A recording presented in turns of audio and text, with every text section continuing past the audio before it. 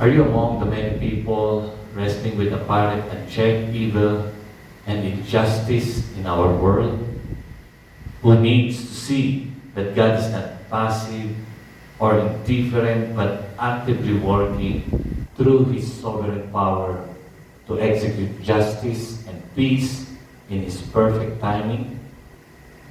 In times of profound global uncertainty, chaos, and distress, when we witness conflict and suffering across nations, our hearts often cry out, "Where is God in all of this?" The cry of suffering in our world today, whether in the Middle East between Israel and Islamic countries, in Europe between Ukraine and Russia, and many nations.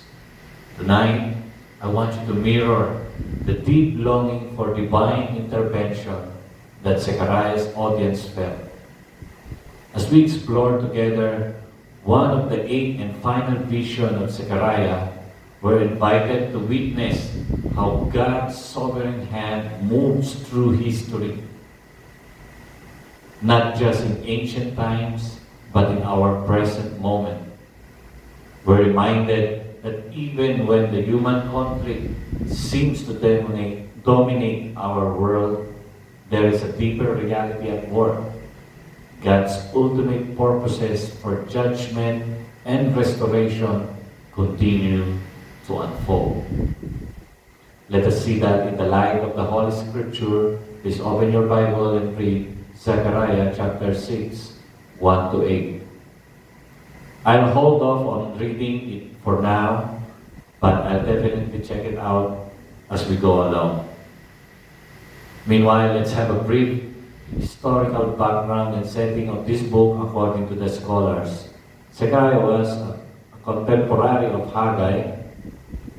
It is a post-exilic book, meaning it was written after the return from captivity in Babylon 538 BC. Cyrus the Persian freed the captives from Israel to resettle in their homeland. A large group of exiled Israelites returned from Babylon. They immediately began to rebuild the temple, but opposition from neighbors, followed by indifference from within, caused the work to be abandoned. Please note Ezra chapter 1, 1 to 4, Ezra chapter 3, 1 to 4, Ezra chapter 4, verse 24. The exile lasted 70 years according to Jeremiah 25, 11 to 12 and Zechariah chapter 1, verse 12. You see that also in Daniel chapter 9, verse 2.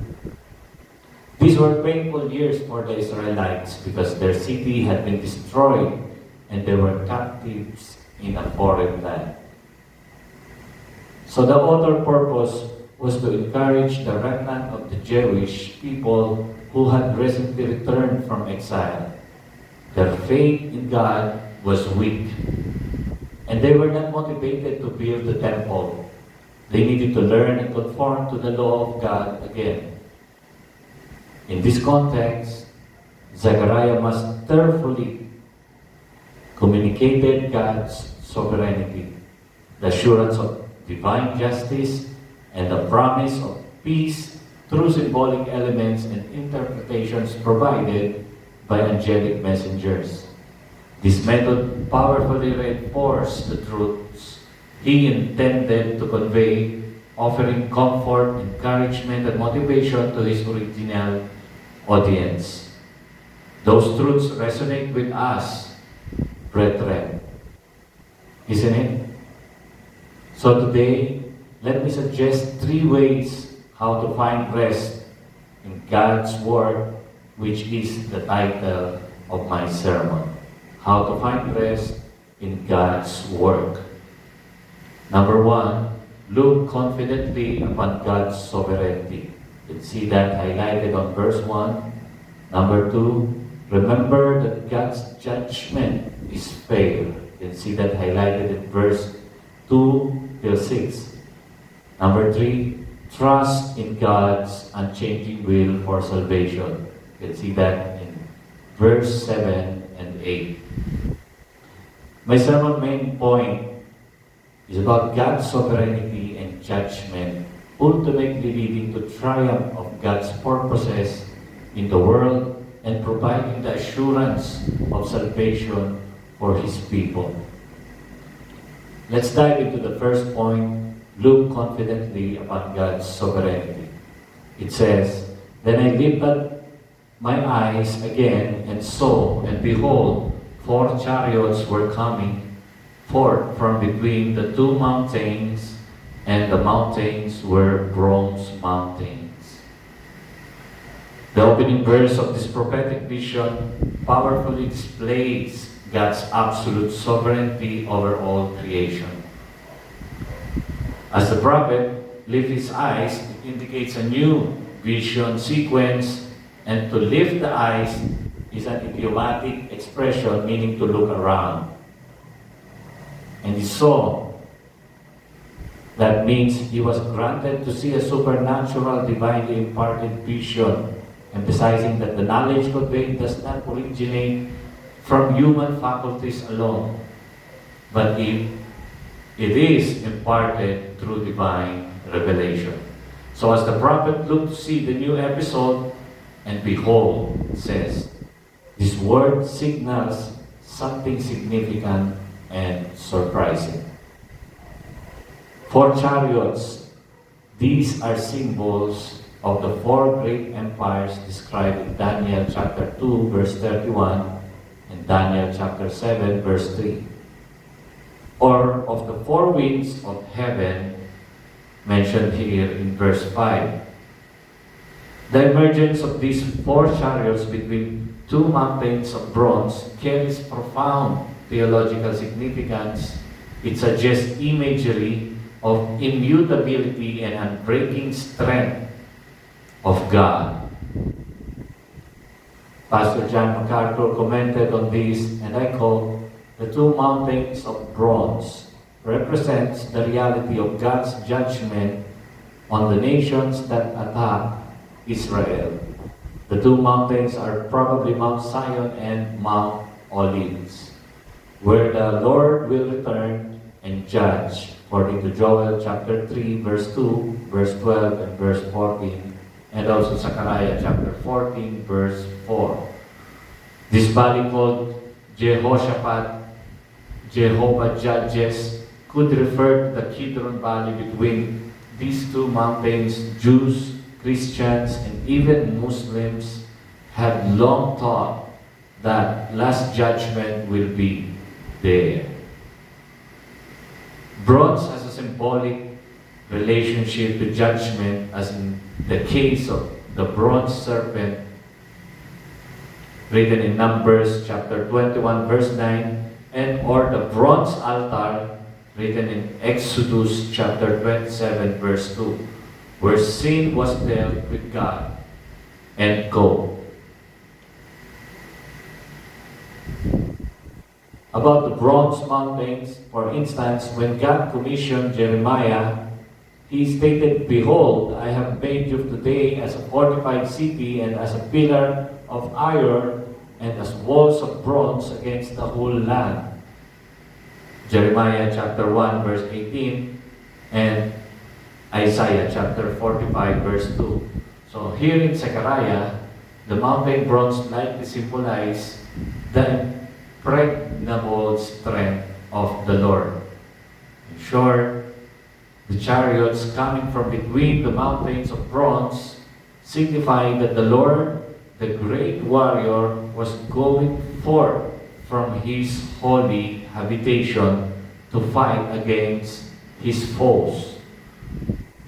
The fact that the chariots come out from heaven, these bronze mountains, further underscores the truth that the execution of God's sovereign purposes arises directly from wellspring of His eternal counsel. Nothing happens apart from His meticulous planning and intentional direction, a truth that comforts the hearts of believers and humbles human pride. Ephesians chapter 1 verse 11 and Romans 9:20 verse 21. Theologically, this introductory verse lays the foundation for the unfolding vision which will reveal the comprehensive governance of the Almighty over the affairs of nation, the judgment reenacted upon His enemies, and the ultimate triumph of His redemptive plan, all consistent with the unwavering certainty of His divine decrees. So what is this to us? Practically, this passage indicates a posture of reverent submission, bold faith, and joyful hope in the face of life's trials. We can take comfort in the knowledge that God who sovereignly orchestrates all things is the same God who has promised to work all things together for good of His beloved people. Romans 8:28. This vision encourages us to trust in the unchanging nature of God's character and the integrity of His purposes even when life circumstances seem uncertain and beyond our comprehension. As we confront the world's complexities, this text urges us to anchor our hope in the unshakable foundation of God's eternal decrees, which will surely come to pass according to His perfect will and timing. So now, look confidently upon God's sovereignty. In times of uncertainty or difficulty, remind yourself that He is in control over all things. So trust Him wholeheartedly and pray for His guidance and intervention. Stand firm in faith. Let us strengthen our faith through regular studying, meditating and devoting ourselves to the Holy Scripture, praying without ceasing and continually fellowship with our brothers and sisters in Christ. Always reflect on God's promises and His faithfulness in your life. Be aware of spiritual realities. Please make sure that you equip yourself with the full armor of God as described in Ephesians chapter 6:10-18, and be reminded of the spiritual battles that occur around you. Let's move on to the second point. Remember that God's judgment is fair. From verses 2-6. The vision of 4 chariots in Zechariah chapter 6:2-6 present a powerful display of God's sovereign control over all creation.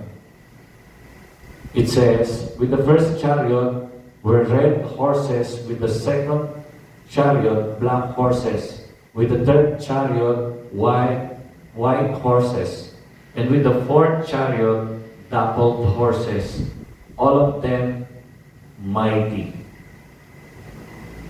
The prophet sees 4 chariots, each with horses of a distinct color, red, black, white, and dappled. These chariots and their horses represents God's divine agents, carrying out His decrees throughout the earth.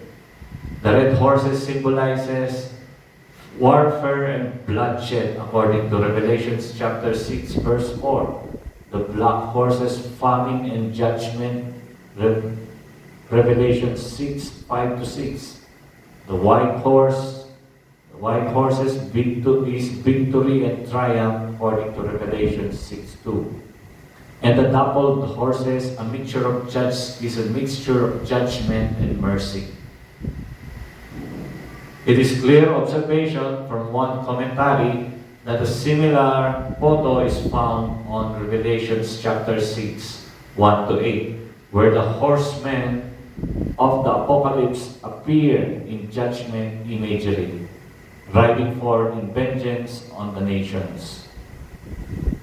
Then on verse 4, Zechariah said, Then I answered and said to the angel who was speaking with me, "What are these, my Lord?" Small l.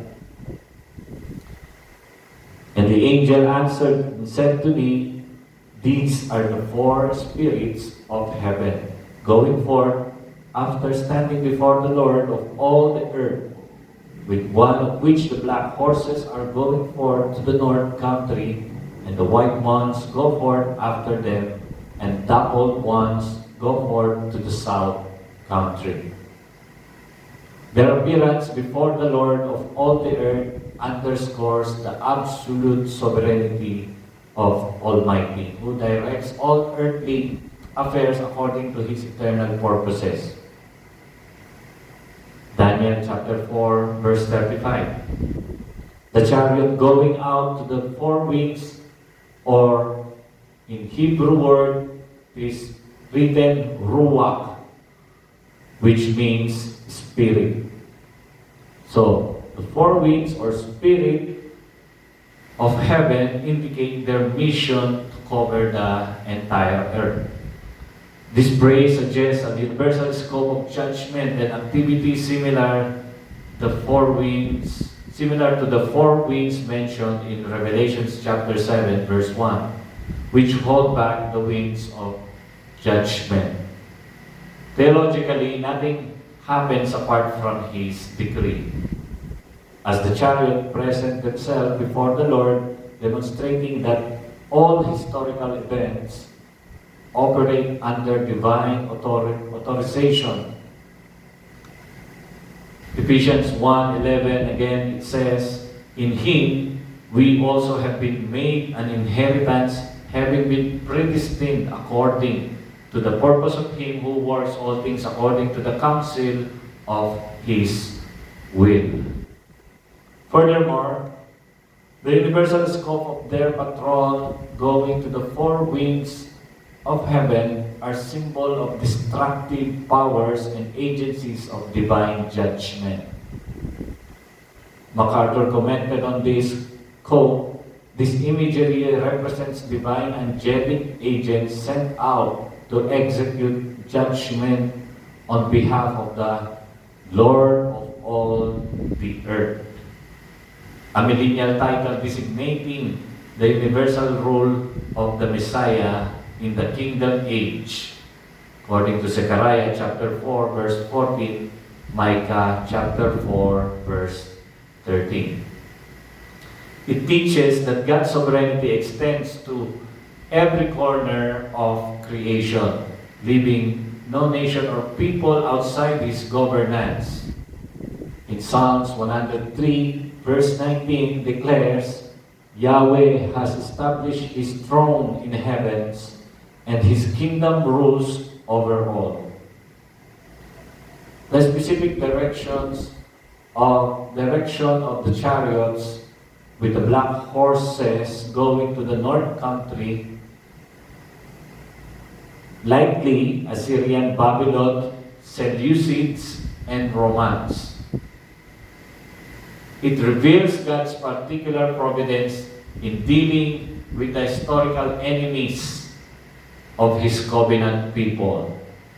It was written in Jeremiah chapter 1, verses 14 to 15. While the dappled horses go towards to the south country, scholars said most likely referring to Egypt.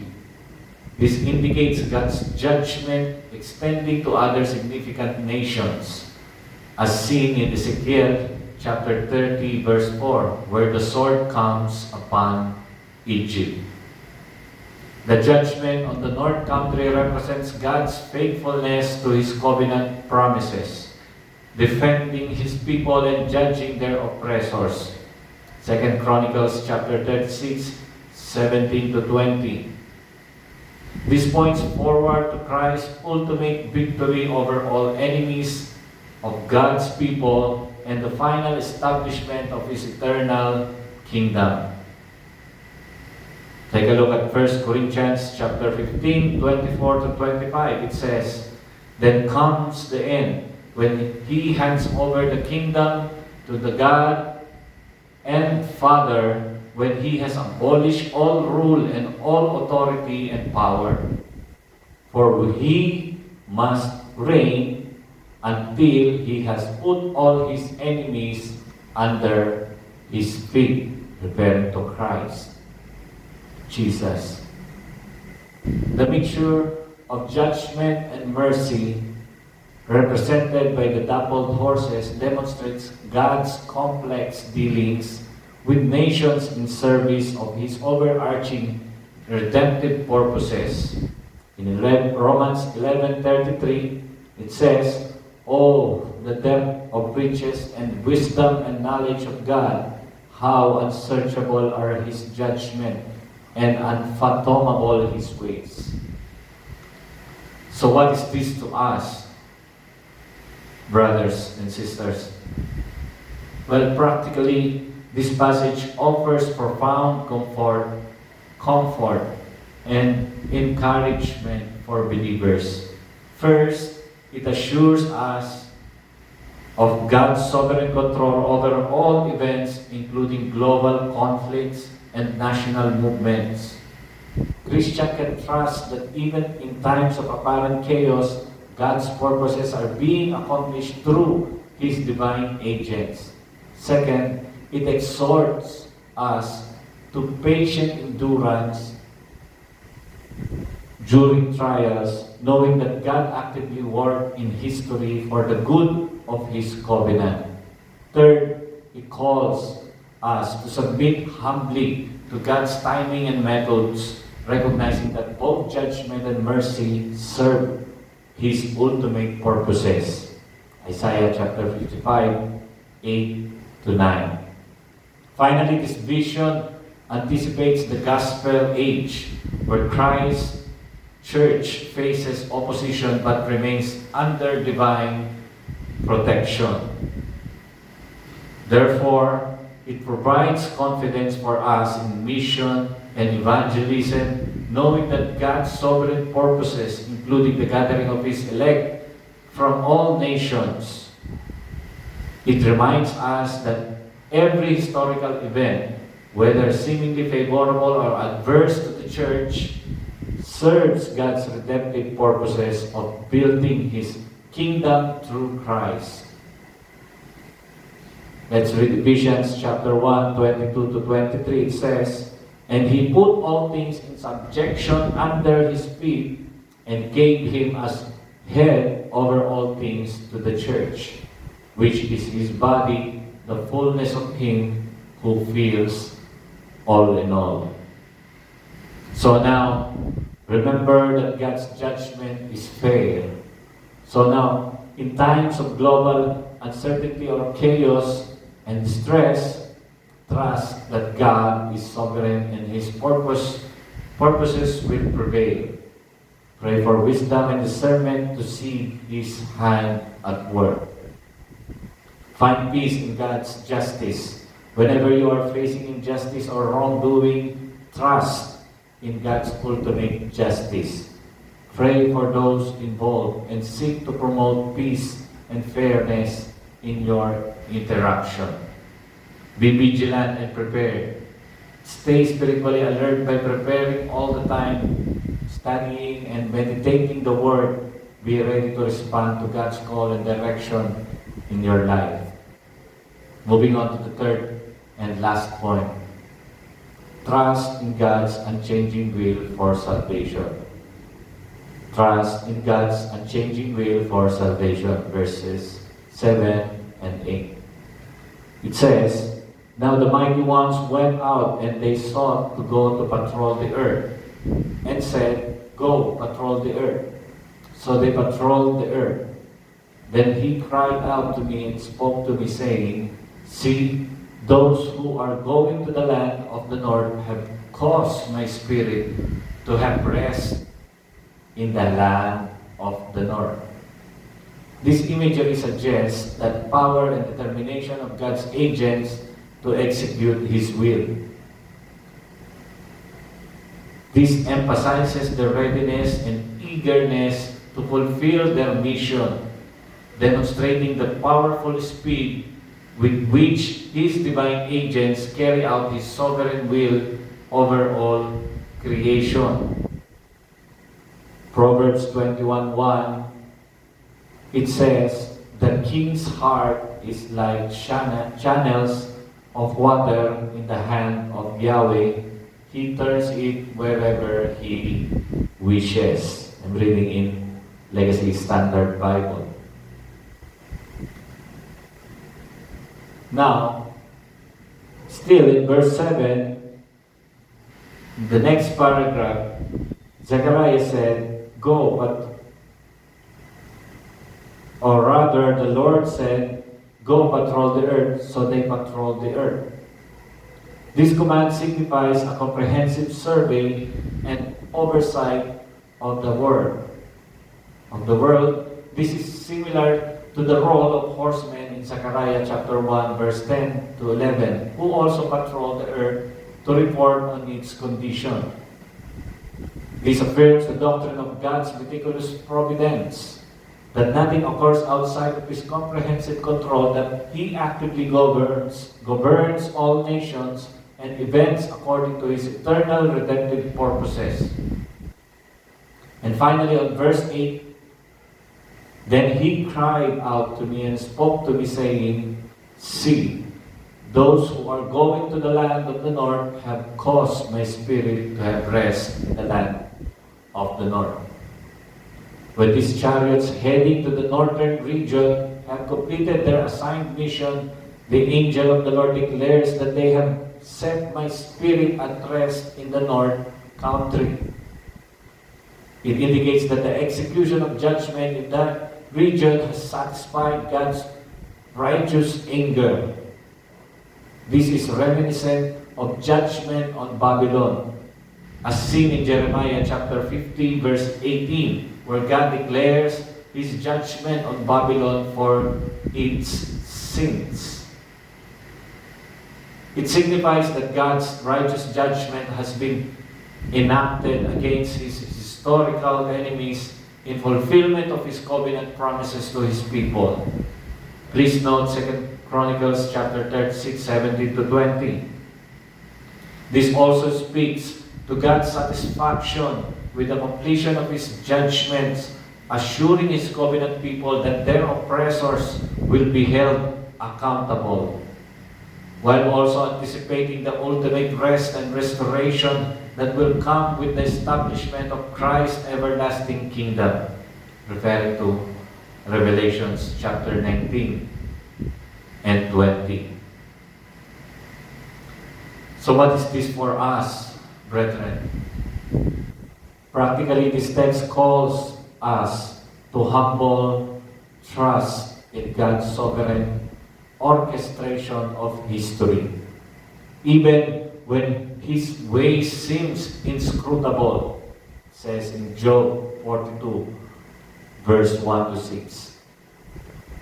It reminds the church that despite the trials and tribulations they may face, the Lord's eternal purposes will inevitably prevail, bringing comfort, hope, and confidence in the gospel's unstoppable advance throughout the world.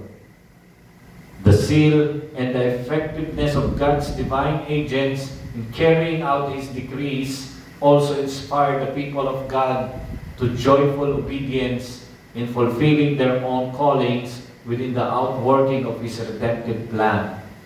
Please note and read Colossians chapter 1, verses 9 to 14. Ultimately, this passage assures us Christians that the Lord's judgment and justice will one day be fully realized, and His Spirit will find its perfect rest in the final triumph of His kingdom, our Lord Jesus Christ. So now, trust in God's unchanging will for salvation. In your daily life, seek to recognize and acknowledge God's presence. Start your day with a prayer, asking God to guide you and to do His will. Be with you in all your activities. Be with God in all your activities. In moments of fear or anxiety, take comfort in God's protective presence. Be prayerful and always trust Him. Be obedient to God's call. Reflect on areas in your life where God may be calling you to act. Whether it's serving in your community, sharing your faith, or making a personal change, commit to obeying His call. Participate in God's mission. Please look for opportunities to share your faith. Join evangelism. It's every Christian's business, says. And serve in our community. Engage in acts of kindness and justice, reflecting God's love and mercy. There we heard 3 ways how to find rest in God's Word. Look confidently upon God's sovereignty. Remember that God's judgment is fair. Trust in God's unchanging will for salvation. Now, to those who have just heard this uplifting message today, remember that the same sovereign and ever faithful God who has rescued His people throughout history is the same God who empowers and rescues His people today. John 3:16-18 says, "For God so loved the world that He gave His only begotten Son, that whosoever believes in Him shall not perish, but have an eternal life. For God did not send the Son into the world to judge the world, but that the world might be saved through Him. He who believes in Him is not judged. He who does not believe has been judged already, because he has not believed in the name of the only begotten Son of God." As we reflect on the vision of Zechariah, let us be filled with hope and assurance. This vision of the chariots and horses reminds us that God's sovereignty extends over all the earth. He is always in control of every nation and every event, and nothing escapes His notice of power. Our future is secure in His hands, and we can live with a confident expectation that He will bring about His promises. In times of uncertainty, chaos, and distress, keep in mind that we can find comfort knowing that God is actively working out His purposes. Let this vision inspire us to live unwavering hope, knowing that our God reigns. May we be a people who reflect His justice, mercy, and love in all we do, bringing glory to His holy name. As we go forward, let us carry this hope into our daily lives, encouraging others with the assurance that our God is indeed faithful. Let us live here today, not focus on the chaos of our world, but on the chariots of our God. His perfect timing, His divine purpose, and His unfailing love. For the God of Zechariah's vision is our God today. And His Spirit still goes throughout the earth, bringing His purposes to completion until that final day when all His promises find their yes in Christ Jesus. So rejoice always. Take courage. God reigns. Our God reigns. And He who began a good work in you will be faithful to complete it. God bless.